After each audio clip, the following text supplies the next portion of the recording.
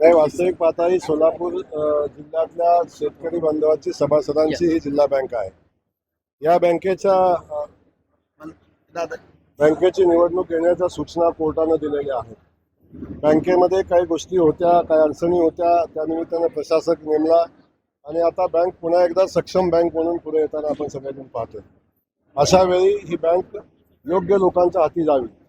ज्यांनी ह्या बँकेचं वाटोळं केलं त्या लोकांना पुन्हा बँकेमध्ये काम करण्याची संधी मिळू नये अशा पद्धतीची भूमिका घेऊन या ठिकाणी भारतीय जनता पक्ष आपल्या सगळ्या सहकार्यांना आणि मित्रपक्षांना सोबत घेऊन ही निवडणूक लढेल.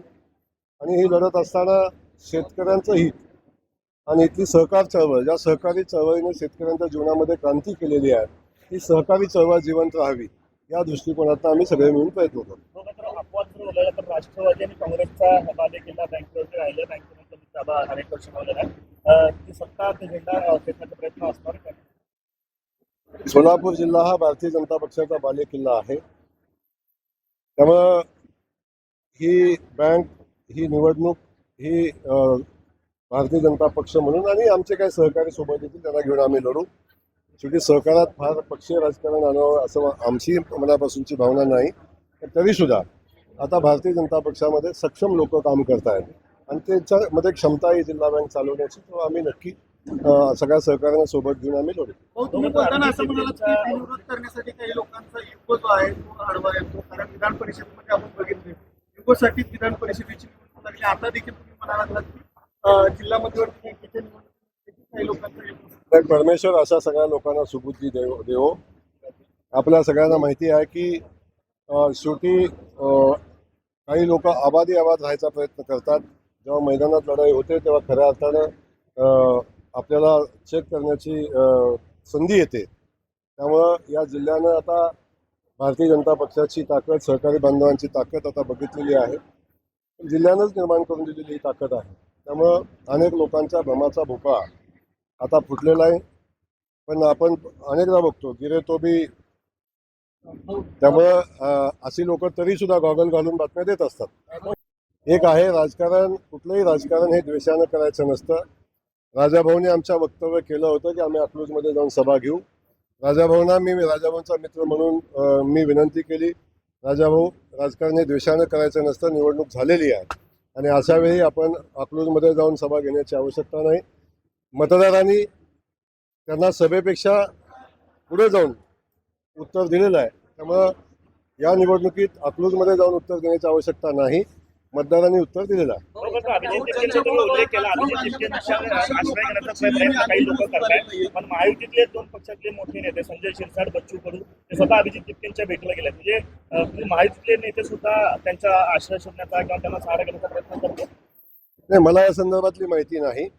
पण अनेक लोक आपण बघतो देशामध्ये आणि राज्यामध्ये खास करून अनेक लोकांच्या पक्षाचं अस्तित्व हे आता नामशेष होण्याच्या मार्गावर आहे. अशा वेळी विद्यार्थ्यांच्या आंदोलनाचा सहारा घेऊन किंवा विद्यार्थ्यांच्या चळवळीचा सहारा घेऊन काही लोक स्वतःचं अस्तित्व शोधण्याचा प्रयत्न करतायत. हे वास्तव आहे आणि त्यामध्ये आपल्या पक्षाचं अस्तित्व शोधण्याचा प्रयत्न करतायत, आपलं अस्तित्व शोधण्याचा प्रयत्न करतायत. परंतु देशामध्ये आदरणीय मोदीजी देशामध्ये युवकांच्या दृष्टिकोनातून जे जे योग्य आहे ते सगळं काम करण्याचा प्रयत्न करतायत. परीक्षा पद्धतीमध्ये कायदा आणून विद्यार्थ्यांचा जो प्रश्न आहे तो निकाली काढण्याचा प्रयत्न करतात. आजपर्यंत यूथ हा मोदीजींच्या सोबत राहिलेला आहे. आताही या देशातला यूथ मोदीजींच्या सोबत आहे आणि राहील हे या निमित्तानं विश्वासाने मी सांगतो.